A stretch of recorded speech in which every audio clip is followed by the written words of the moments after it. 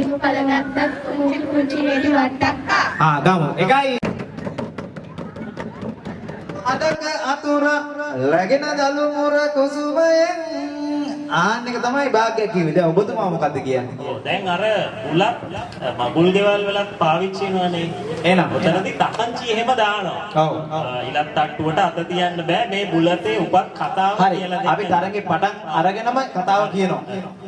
මාවෙන්නේ නාග ලෝකයට වැටිලා තියෙන්නේ. එතනින් තමයි මේ බුලත හටගත්තේ. ඉතින් නාග ලෝකේ නාරජ්ජු විසින් මේ බුලත මුලිනුත් අගිනුත් මේ අල්ලාගෙන මනුෂ්‍ය ලෝකයට ගෙනාවා කියලා කියනවා.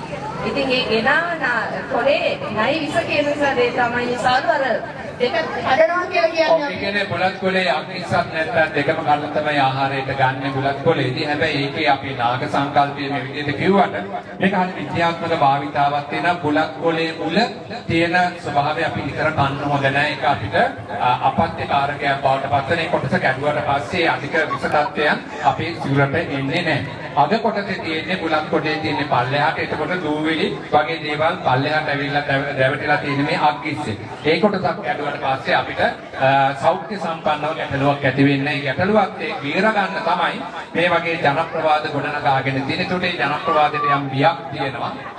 බුලතක් ගන්න ඕන වෙනකොට කොලේ මුල අගත් දෙක කඩලා ආහාරයට ගන්නවා.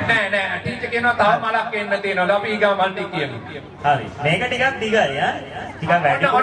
ඔන්න අහුම්කන් දෙන්න මල් කොච්චරක්ද කියලා. බෝමල් සහ එනුග මල්ද ඇහැටු මල්ද විපුල මලි දෙල් මල්ද කවදාවත් ඔස් මල් නම් අනාමලි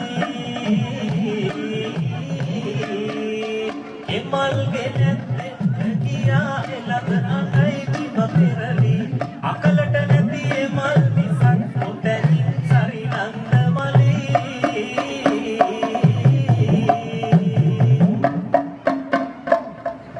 ඔයා මල් ලත්තක ඉඳන් දාවේ.